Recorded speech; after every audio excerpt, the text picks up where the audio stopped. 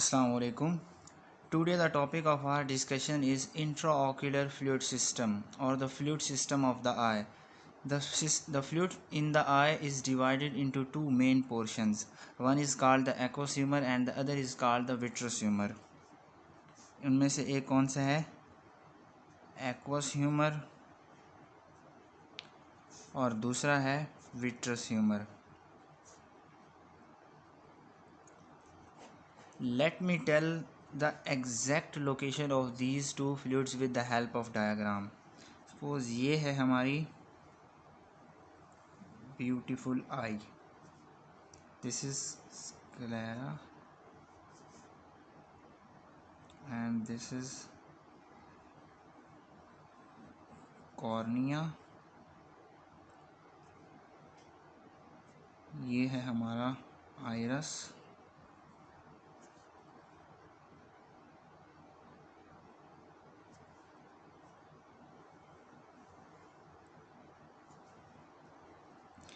यहाँ पर हमारा आ गया lens. These are suspensory ligaments और ये हो गया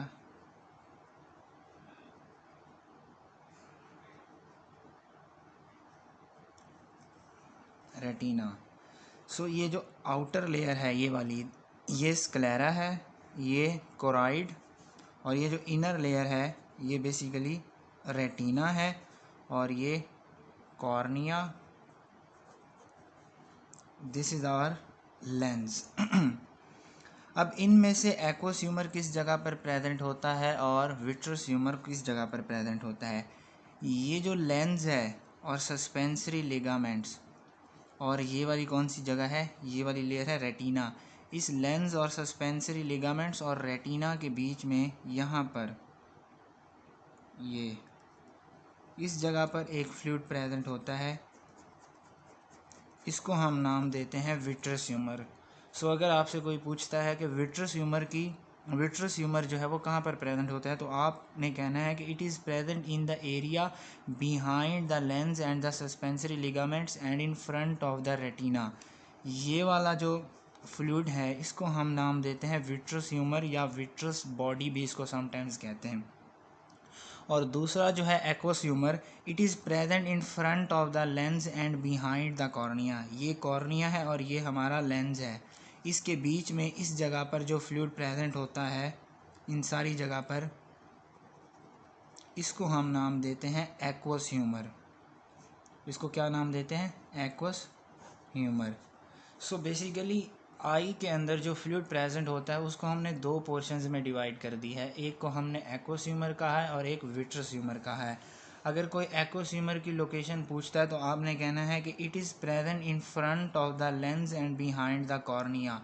कि ये जो कॉर्निया और ये जो लेंस है इसके बीच में जो ये एरिया होता है इस जगह पर एक्वस ह्यूमर प्रेजेंट होता है. और इस लेंस और सस्पेंसरी लिगामेंट से बिहाइंड और रेटिना से आगे in front of the retina जो ये वाला फ्लूइड प्रेजेंट है इसको हमने विट्रस ह्यूमर का नाम दिया है या इसको हम विट्रस बॉडी भी कहते हैं. Before going into the detail of these two fluids, इनके मुतल्लिक कुछ डिफरेंसेस आपको पता होने चाहिए कि इनमें से जो एक्वस ह्यूमर है ये फ्रीली फ्लोटिंग फ्लूइड है. ये एक्वस ह्यूमर जो है ये फ्री फ्लोटिंग फ्लूइड है, जबकि इस विट्रस ह्यूमर या विट्रस बॉडी में जो फ़्लो है वो बहुत ही कम होता है. Very little flow. अब इस लेक्चर में मैंने आपको डिटेल में बताना है कि ये एक्वस ह्यूमर की फॉर्मेशन कैसे होती है, इसकी सर्कुलेशन कैसे होती है और इसकी ड्रेनेज कैसे होती है. लेकिन उस डिटेल में जाने से पहले आपको ये पता होना, इससे जो विट्रस बॉडी है या विट्रस ह्यूमर है इससे रिलेटेड कुछ पॉइंट्स आपको पता होने चाहिए कि जो विट्रस बॉडी है या विट्रस ह्यूमर है it is not freely circulating fluid. It is basically एक जिलेटिनस मैस है. ये it is basically a gelatinous mass held together by fine fibrillar network composed of proteoglycan molecules. कि basically एक gelatinous material है जिसको held किया हुआ है फाइन फिब्रिलर नेटवर्क ने, और वो फिब्रिलर नेटवर्क मिलकर बना होता है प्रोटियोग्लाइकेन मॉलिक्यूल से। Proteoglycan molecule, large proteoglycan molecule से वो मिलकर बना होता है। इसमें से जो वाटर और डिज़ोल्व्ड सब्सटेंसेस हैं वो इसमें इजीली डिफ्यूज़ कर सकते हैं इस विट्रस बॉडी में। तो विट्रस बॉडी से या विट्रस ह्यूमर से रिलेटेड 3 बातें आपको ज़रूर पता होनी चाहिए। पहली कि इसकी लोकेशन कहाँ है, it is present behind the lens and suspensory ligaments and in front of retina, और इसमें जो फ्लो है वो बहुत ही कम होता है, और basically it is a gelatinous material semi solid held together by fine fibrillar network composed of large elongated proteoglycan molecules. Both water and dissolved substances can easily dissolve in it. अब हम आते हैं एक्वस ह्यूमर की detail में। ये जो aqueous humour है ये फ्रीली फ्लोटिंग फ्लूइड है, ये कॉन्टीन्यूसली फॉर्म्ड होता रहता है और कॉन्टीन्यूसली ही ये ड्रेन होता रहता है, और इन दोनों का जो बैलेंस है वो डिटरमिन करता है इंट्रा ऑक्यूलर फ्लूइड की वॉल्यूम को और उसके प्रेशर को कि ये तो अब फिक्स है, जितना होना था उतना ही है, लेकिन ये कॉन्टीन्यूसली बन भी रहा है और कॉन्टीन्यूसली ड्रेन भी हो रहा है। किसी वजह से अगर इसकी ड्रेनेज ना हो तो यहाँ पर ये फ्लूइड ज़्यादा हो जाएगा नॉर्मल से, तो जब इंट्राऑक्यूलर ये एक्वोसिमर ज़्यादा होगा तो as a result intraocular fluid ज़्यादा होगा, और जब इंट्राऑक्यूलर फ्लूइड ज़्यादा होगा तो इंट्राऑक्यूलर प्रेशर भी ज़्यादा होगा।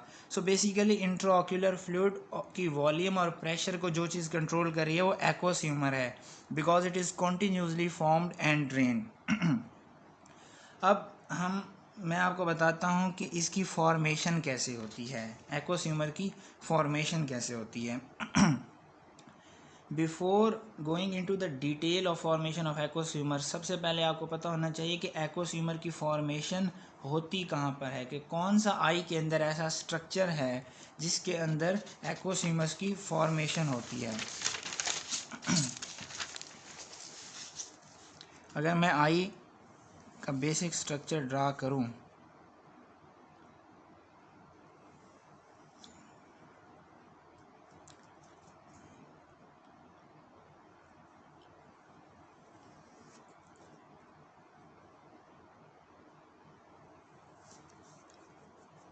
ये retina, here is our lens, और ये सस्पेंसरी लिगामेंट। इसमें से जो ये पोर्शन है ये है कॉर्निया, जो ये लेयर है ये है स्क्लेरा, ये है कॉर्निया, और ये जो यहाँ से लेके यहाँ तक का पोर्शन है, ये यहाँ से लेके यहाँ तक का जो पोर्शन है ये वाला सारा, इसको हम कहते हैं कोरॉइड। इसको क्या कहते हैं? कोरॉइड। और ये जो पोर्शन है ये और ये है हमारे पास आइरस, और इन दोनों के दरमियान में जो ये स्पेस है या अपर्चर है इसको हम कहते हैं प्यूपिल, और ये हमारा लेंस, और ये जो है सस्पेंसरी लिगामेंट जिन्होंने लेंस को होल्ड करके रखा हुआ है, सस्पेंसरी लिगामेंट। अब ये आइरस, ये कोराइड था ये वाला सारा, और ये है आइरस, इसके बीच में जो ये वाला एरिया है आइरस और कोराइड के बीच में, इसको हम कहते हैं सिलियरी बॉडी। इसको क्या कहते हैं? Ciliary body. तो सिलियरी बॉडी क्या है? जो एंटीरियर एंड होता है, anterior expanded end of the choroid. ये कोराइड जो है ऐसे बैकवर्ड से ऐसे फॉरवर्ड कंटिन्यू होता है, और जब ये इस जगह पे पहुंचता है एंटीरियरली तो ये थिकंड हो जाता है, और उस थिकंड पोर्शन को ही जो मैं अभी हाईलाइट कर रहा हूँ ये वाला, इस थिकंड पोर्शन को ही हम नाम देते हैं सिलियरी बॉडी। इस थिकंड पोर्शन को क्या नाम देते हैं? Ciliary body. और एक्वस ह्यूमर की जो फॉर्मेशन होती है वो इस जगह पर होती है, यानी अगर कोई पूछता है कि सिलियर एक्वस ह्यूमर को कौन बनाता है, तो आपने कहना है कि एक्वस ह्यूमर को सिलियरी बॉडी बनाती है। एक्वस ह्यूमर की फॉर्मेशन कहाँ होती है? सिलियरी बॉडी के अंदर। अब हम इसकी डिटेल में जाते हैं कि इसकी फॉर्मेशन होती कैसे है। तो बिफोर गोइंग, कि आपको ये तो पता होना चाहिए कि सिलियरी बॉडी का एग्जैक्ट कौन सा पार्ट है जहाँ पर इसकी फॉर्मेशन होती है। सिलियरी बॉडी के एक में सिलियरी मसल हैं, वेस्कुलर पार्ट है, उसकी एपिथीलियम है, तो एग्जैक्ट कौन सा पार्ट है जहाँ पर उसकी फॉर्मेशन होती है। तो अभी आपको मैं बताता हूँ कि वो पार्ट कौन सा है। सपोज़ अब मैं ड्रा करने लगा हूँ, ये जो सिलियरी बॉडी है यहाँ से, इसको मैं अलहदा ड्रा करता हूँ कि ये हमारी स्क्लेरा है, स्क्लेरा, और ये आगे आयरस,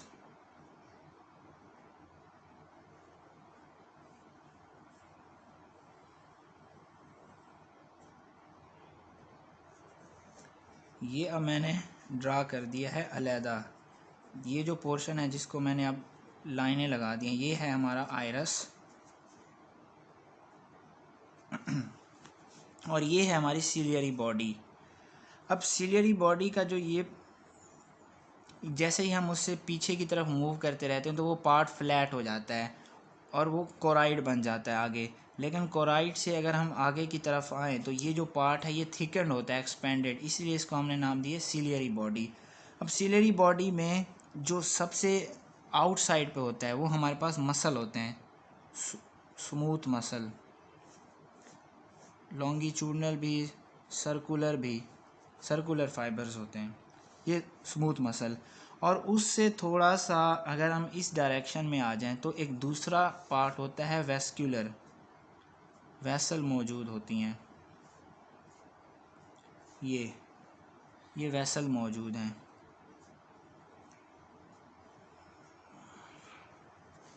और जो बिल्कुल ही ये सुपरफिशियल पार्ट है और कोराइड का एंटीसिलियरी बॉडी का ये वाला पार्ट है, ये प्रोजेक्टेड होता है, ये जो है प्रोजेक्टेड होता है, जैसे ये प्रोजेक्शन शो की हुई है, ये पार्ट जो है प्रोजेक्टेड होता है। इस प्रोजेक्टेड पार्ट को हम कहते हैं ciliary processes, ciliary processes. Basically ये सिलियरी प्रोसेसेस होते हैं जो कि एक्वोसिमर की फॉर्मेशन में इन्वॉल्व होते हैं। ये जो था ये मस्कुलर पार्ट है, उससे नीचे वेस्कुलर पार्ट है, और ये जो है ये सिलियरी प्रोसेसेस हैं, प्रोजेक्शन जो हैं, ये बेसिकली प्रोजेक्शंस ही हैं, सिलियरी प्रोसेस जो एक्वोसिमस की फॉर्मेशन में इन्वॉल्व होते हैं। अब ये एक्वोसिमस की फॉर्मेशन कैसे कराते हैं कि ये जो प्रोसेसेस हैं, सिलियरी प्रोसेसेस, इनकी सरफेस पर एक एपिथीलियम मौजूद होती है, secretory epithelium, highly secretive epithelium, ये एपिथीलियम मौजूद होती है इसकी सरफेस पर। ये एपिथीलियम क्या करती है कि ये जो है ये एक्टिवली सीक्रेट करती है सोडियम को, ये एक्टिवली ट्रांसपोर्ट करती है सोडियम को, यहाँ से ये एक्टिवली, इन सेल्स से ये एक्टिवली सोडियम जो है वो बाहर आता है। और ये चूँकि पॉजिटिव आयन है, so who loves to follow positive ions, negative ions. तो जब सोडियम एक्टिवली बाहर ट्रांसपोर्ट होता है इन एपिथीलियम से, तो इसके साथ साथ क्लोराइड और बाइकार्ब आयन जो हैं, क्लोराइड और बाइकार्ब आयन, ये भी इस सोडियम के साथ साथ बाहर आ जाते हैं। सो अब क्या हुआ कि अब जिस स्पेस में, जगह में ये आए हैं, तो वहाँ पर ये बहुत ज़्यादा आयन्स इकट्ठे हो गए हैं। अब ये आयन्स जब ज़्यादा यहाँ इकट्ठे हो गए तो इनका एक ऑस्मोटिक प्रेशर डिवेल्प हुआ है। तो उन ऑस्मोटिक प्रेशर की वजह से इन आयन्स ने वाटर की ऑस्मोसिस करवानी है।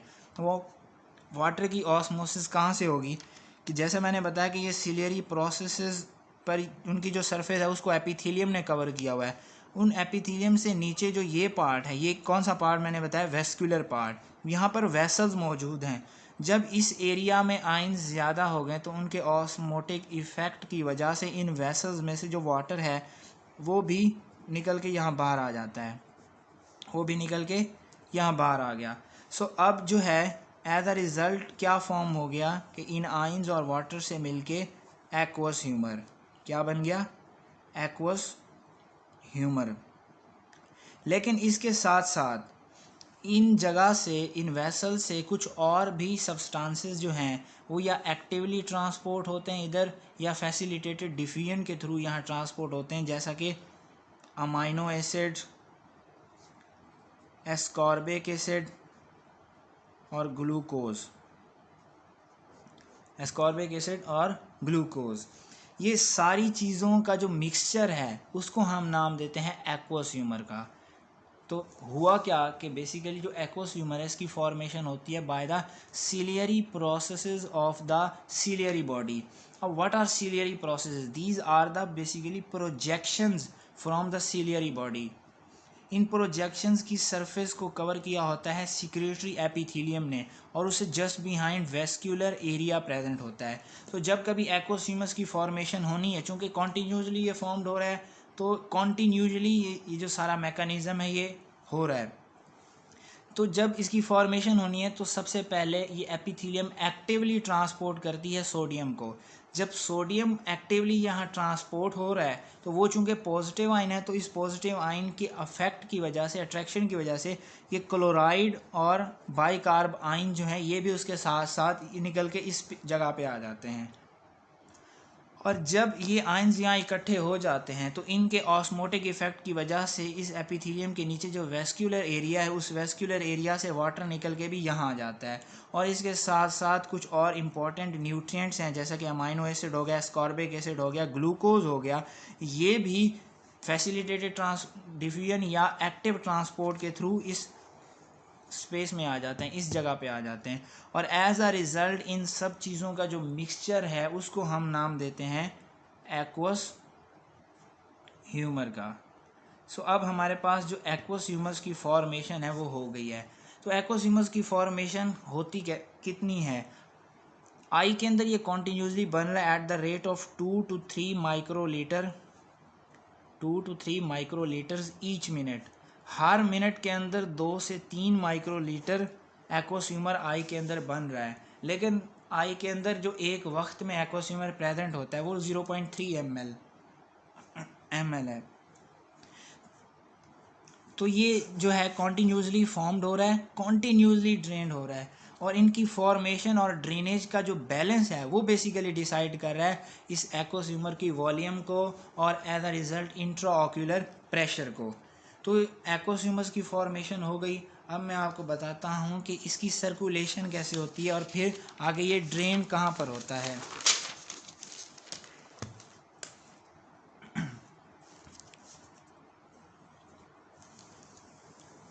ये हमारी आई,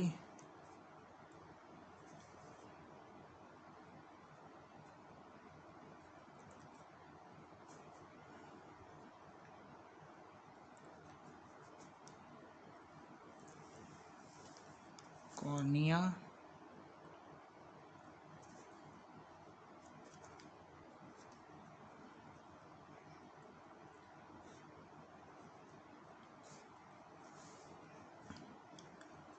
सॉरी मैं नई डायग्राम बनाता हूँ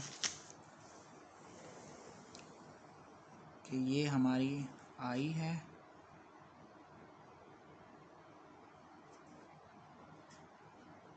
और ये जो है ये आयरस, ये सीलियरी बॉडी, ये कोराइड, ये सीलियरी बॉडी, ये कोराइड, ये रेटिना, यहाँ पर प्रेजेंट है हमारा लेंस,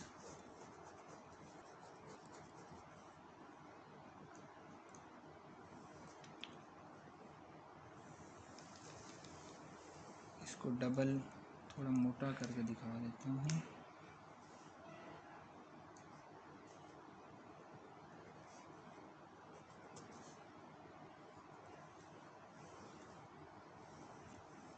ये है कॉर्निया, ये स्क्लेरा, ये कोराइड, रेटिना और ये लेंस।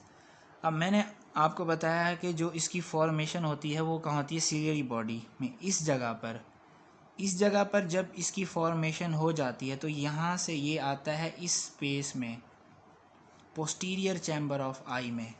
अब एंटीरियर और पोस्टीरियर चैम्बर का आपको पता होना चाहिए कि ये लेंस और कॉर्निया के दरमियान में जो स्पेस है ये वाली, ये सारी, इसको इस आयरस, ये जो आयरस है ये दो चैम्बर में डिवाइड करता है। एक कॉर्निया और इस आयरस के बीच वाला जो ये वाला एरिया है इसको हम कहते हैं एंटीरियर चैम्बर, और इस आयरस और लेंस के दरमियान जो ये वाला एरिया है इसको कहते हैं posterior chamber of I. So aqueous humus की फॉर्मेशन होने के बाद ये आता है पोस्टीरियर चैम्बर ऑफ आई में, इस जगह पे आ गया, इस जगह पे। उसके बाद इन आयरस के दरमियान में ये जो अपर्चर है जिसको हमने प्यूपिल कहा है, फिर ये प्यूपिल से निकल के एंटीरियर चैम्बर में आता है। तो अभी एंटीरियर चैम्बर में आ गया। एंटीरियर चैम्बर में आने के बाद ये कहाँ जाता है? एंटीरियर चैम्बर में आने के बाद ये एंगल एराइडो कॉर्नियल एंगल पे जाता है। एराइडो कॉर्नियल एंगल क्या है कि ये है कॉर्निया, ये क्या है कॉर्निया, और ये क्या है आयरस। इनके दरमियान में जो ये एंगल बन रहा है ये वाला, ये एंगल, इसको हम नाम देते हैं एराइडो कॉर्नियल एंगल। एराइडो कॉर्नियल एंगल, चूँकि आयरस और कॉर्निया के दरमियान में ये एंगल बन रहा है इसलिए हमने इसको नाम दिया एराइडो कॉर्नियल एंगल। तो ये एंटीरियर चैम्बर ऑफ आई में आने के बाद मूव करता है एराइडो कॉर्नियल एंगल पर। अब एराइडो कॉर्नियल एंगल से ये जाता है कैनाल ऑफ श्लेम में, जो कि इस स्क्लेरा में प्रेजेंट होगी। यहाँ पे ये एक सपोज कैनाल है, ये है एक कैनाल, इसको हम नाम देते हैं कैनाल ऑफ श्लेम में, कैनाल ऑफ श्लेम। लेकिन ये कैनाल ऑफ श्लेम में डायरेक्टली नहीं जा सकता, इसे एक डोर से पास होना होता है, और वो डोर जो है वो परफोरेटेड होता है, और बेसिकली वो डोर ही डिसाइड करता है इंट्राऑक्यूलर प्रेशर को। अब उस डोर का क्या नाम है? यहाँ पर इस एराइडो कॉर्नियल एंगल पर एक ट्रेबिक्यूलर नेटवर्क होता है। अगर मैं इसको अलहदा से शो करूँ यहाँ पर, सो ये हमारे पास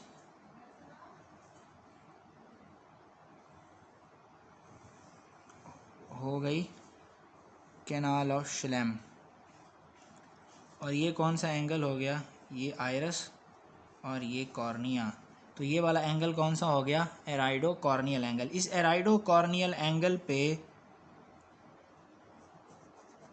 एक ट्रेबिक्यूलर नेटवर्क होता है, एक ट्रेबिक्यूलर नेटवर्क होता है। अब जब फ्लूइड इस एराइडो कॉर्नियल एंगल से पर आता है तो इसको इस ट्रेबिक्यूलर नेटवर्क से पास हो के कैनाल ऑफ श्लेम में जाना पड़ता है, और अगर किसी वजह से ये ट्रेबिक्यूलर नेटवर्क की जगह पे ब्लॉकेज आ जाए तो ये फ्लूइड जो है ये उसमें से पास नहीं होता, और फिर कैनाल ऑफ श्लेम में ये नहीं जा सकता। सो बेसिकली इस जगह पर जो रेजिस्टेंस मिलती है इसको, वो बेसिकली डिसाइड करे इंट्राऑक्यूलर प्रेशर को। अब जब ये कैनाल एराइडो कॉर्नियल एंगल पे आ गया तो यहाँ पे क्या है? ट्रेबिक्यूलर नेटवर्क है, जैसा कि मैंने यहाँ पे शो किया है। तो इस ट्रेबिक्यूलर नेटवर्क से ये पास होता है और फिर कहाँ जाता है? कैनाल ऑफ श्लेम में। कैनाल ऑफ श्लेम से फिर आगे कहाँ जाता है?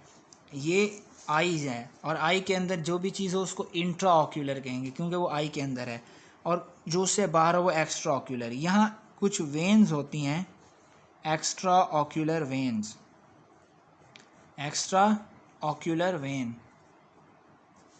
इस जब कैनाल ऑफ श्लेम में ये फ्लूइड आ जाता है तो चंद एक्वस वेन्स इस कैनाल ऑफ श्लेम से फ्लूइड को लेके यहाँ पहुँचा देती हैं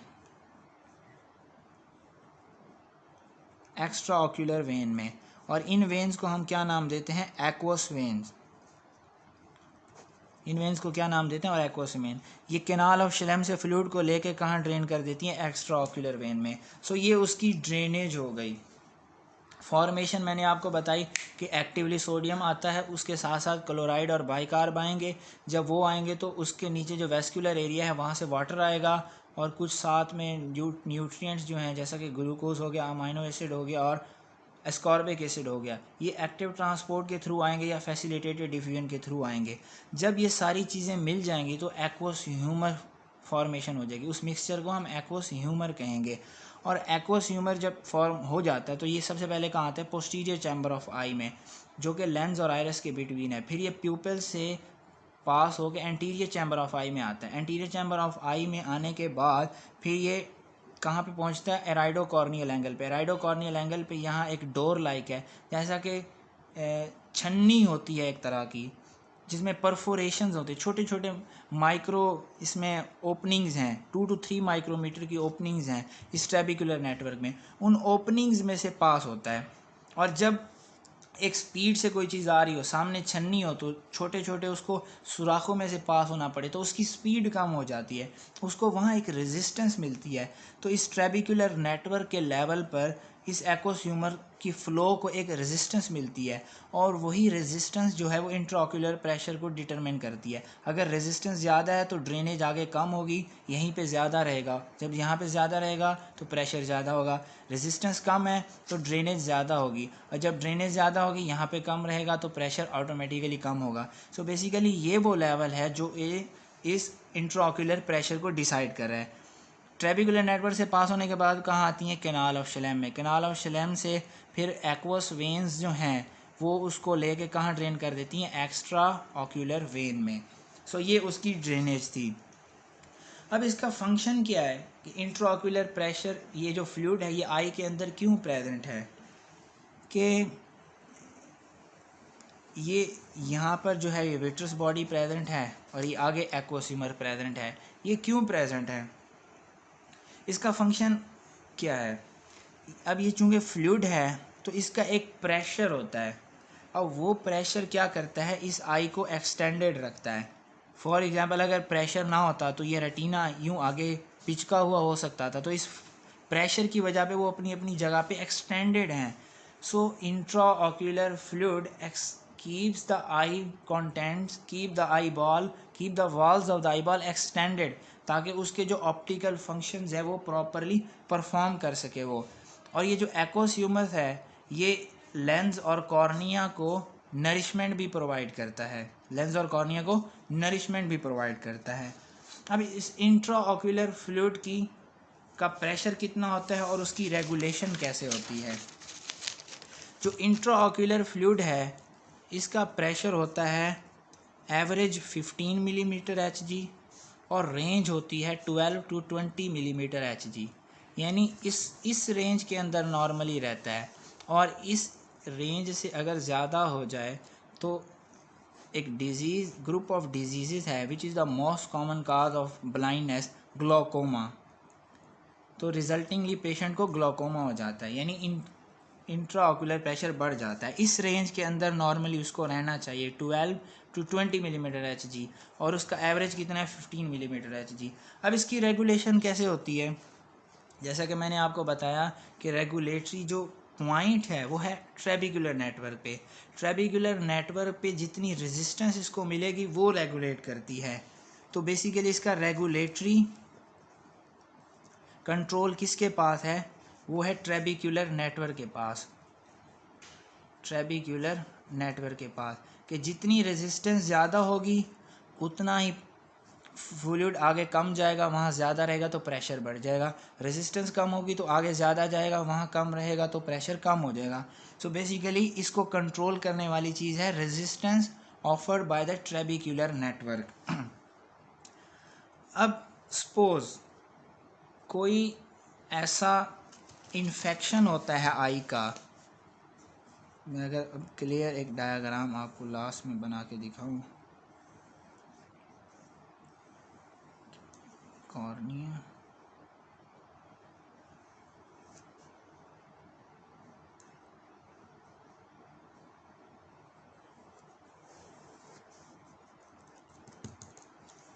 ये हमारा लेंस है, तो यहाँ पे प्रेजेंट है एक्वस ह्यूमर। अब किसी वजह से आई के अंदर कोई हेमरेज हो जाता है या कोई भी इन्फेक्शन होता है तो इस एक्वस ह्यूमर्स के अंदर जो है वो डेब्रिस इकट्ठा हो जाएगा बहुत सारा। ये डेब्रिस जो है वो इकट्ठा हो जाता है इसके अंदर। अब ये डेब्रिस क्या करता है कि इस जगह पे क्या है, ट्रेबिकुलर नेटवर्क, एराइडो कॉर्नियल एंगल पे। मैंने जैसे आपको बताया था कि इसमें माइन्यूट ओपनिंग्स होती हैं 2 to 3 माइक्रोमीटर की। जब भी आई के अंदर हैमरेज होता है या कोई भी इन्फेक्शन, तो इसके अंदर डेब्रिस आ जाएगा। जैसे इन हैमरेज हुआ तो आरबीसीज इसके अंदर आ जाए, डब्ल्यूबीसीज आ गए। इन्फेक्शन के केस में इसमें बैक्टीरिया वगैरह या डब्ल्यूबीसी हो गए। तो डेब्रिस जो है वो इसके अंदर जब आ जाता है बहुत ज़्यादा, तो वो क्या करता है कि ये जो 2 to 3 माइक्रोमीटर ओपनिंग्स हैं इस जगह पर ट्रेबिक्यूलर नेटवर्क पे, तो ये जाकर उनमें अकोमुलेट हो जाता है डेब्रिस, और उन ओपनिंग्स को यहाँ पे ब्लॉक कर देता है। तो ये ओपनिंग्स ब्लॉक हो गई। जब यहाँ से ओपनिंग ब्लॉक होंगी तो फ्लूइड जो है वो यहाँ से ड्रेन होकर कैनाल और शिलेम में नहीं जा सकेगा, और जब कैनाल और शिलेम में नहीं जाएगा वो यहीं इकट्ठा होता रहेगा, और as a result intraocular pressure बढ़ जाएगा और पेशेंट को ग्लोकोमा हो जाएगा। लेकिन नेचर ने इसको प्रिवेंट करने के लिए एक मैकेनिज़्म रखा हुआ है। वो मैकेनिज़्म क्या है? वो मैकेनिज़्म ये है कि ये जो ट्रेबिक्यूलर नेटवर्क की प्लेट्स, मैं इसको अगर सेपरेट ड्रा करूँ यहाँ पे, ट्रेबिक्यूलर नेटवर्क को इस तरह का जो दिखाई देता है, ये ट्रेबिक्यूलर नेटवर्क, और इनमें जो ओपनिंग्स हैं इन पे डेब्रिस इकट्ठा हो गया है। तो अब पेशेंट को तो ग्लोकोमा हो जाएगा। तो लेकिन नेचर ने इसको प्रिवेंट करने के लिए एक मैकेनिज़्म रखा है। वो क्या है कि इनकी जो प्लेट्स हैं, ये जो ट्रेबिक्यूलर नेटवर्क है, इनकी प्लेट्स पर फैगोसाइटिक सेल्स जो हैं वो प्रेजेंट होते हैं। फैगोसिटिक सेल्स प्रेजेंट होते हैं, फैगोसिटिक सेल। सो जब कभी डेब्रिस यहाँ पे अकोमुलेट होता है तो ये फैगोसिटिक सेल्स उनकी फैगोसाइटोसिस कराते हैं, और एज अ रिज़ल्ट ये जो ट्रेबिक्यूलर नेटवर्क है इसमें जो रुकावट आई थी, ये जो ब्लॉकेज आई थी, वो ख़त्म हो जाती है और फिर नॉर्मल मैकेनिज़्म चलता रहता है। लेकिन इन फैगोसिटिक सेल्स की एक हद है। अगर बहुत ज़्यादा डेब्रिस आ जाए तो ये फैगोसिटिक सेल्स उनको ओवरकम नहीं कर सकते, और एज अ रिज़ल्ट ब्लॉकेज यकीनी है और फिर ग्लोकोमा भी होगा। लेकिन अगर इतना है डेब्रिस, इतनी ब्लॉकेज है कि ये फैगोसिटिक सेल्स जो हैं उनको डिस्ट्रॉय कर सकते हैं, तो फिर नॉर्मली ग्लोकोमा नहीं होगा, हेमरेज और इन्फेक्शन के बावजूद भी। ये पहला मैकेनिज़्म है इस नेटवर्क को क्लियर रखने का। दूसरा ये कि इसमें से पास होने के बाद कहाँ जाते हैं वो कैनाल ऑफ शिलेम में। सपोज मैं अब यहाँ ड्रा करता हूँ कैनाल ऑफ शिलेम, ये कैनाल ऑफ शिलेम है। इसके अराउंड इस कैनाल ऑफ शिलेम, जैसे ये एक कैनाल है, कैनाल ऑफ शिलेम, तो इसके अराउंड एक लेयर होती है gel like, interstitial gel like, एक इंटरस्टिशियल जेल होती है, इंटरस्टिशियल जेल। जैसे कि ये है हमारे पास कैनाल ऑफ शिलेम, तो उसके अराउंड यूं एक लेयर होगी इंटरस्टिशियल जेल की। उस इंटरस्टिशियल जेल के अंदर भी रेटिकुलो एंडोथीलियल सेल्स, यानी वो सेल जिनका फैगोसाइटोसिस से ताल्लुक़ होता है, मैक्रोफेजेस हो गए वगैरह वगैरह, तो वो जो है वो रिच होती है। ये जेल लाइक जो जेल है, it is rich in reticulo endothelial cell, और वो रेटिकुलो एंडोथीलियल सेल्स भी यही काम करते हैं कि जो डेब्रिस है, जो लार्ज पार्टिकल्स हैं जो कि इसमें पास नहीं हो सकते थे और यहाँ ब्लॉकेज काज करवा सकते थे, तो उनको डिस्ट्रॉय करके या तो स्मॉलर पार्ट में कन्वर्ट करा देती हैं, और वो स्मॉलर पार्ट जो हैं वो इसमें से पास कर जाते हैं। दूसरी चीज़ क्या है, एक और मैकेनिज़्म है कि ये आयरस है, जैसा कि ये इसकी पोस्टीरियर सरफेस पे जो एपिथीलियम होती है, इसी तरह आयरस से पीछे कुछ आई स्ट्रक्चर्स हैं उन पे भी एपिथीलियम होती है। तो इस एपिथीलियम के अंदर भी एबिलिटी होती है कि वो जो डेब्रिस है उनको डिस्ट्रॉय कर सकें। तो 3 मैकेनिज़्म है, एक ये कि ट्रेबिकुलर नेटवर्क पे फैगोसाइट मौजूद हैं, दूसरा ये कि कैनाल ऑफ शिलेम के अराउंड इंटरस्टिशियल जेल प्रेजेंट है, और तीसरा ये कि एपिथीलियम जो है उसके अंदर भी एबिलिटी होती है। इन सब मैकेनिज़्म की वजह से नॉर्मली अगर थोड़ा सा डेब्रिस आ भी जाए तो ग्लोकोमा नहीं होता। लेकिन अगर वो इतना ज़्यादा है कि इनकी जो एक्टिविटी है उसको उससे भी ज़्यादा है, तो फिर एज अ रिज़ल्ट ग्लोकोमा हो जाएगा। So this was all about the intraocular fluid system.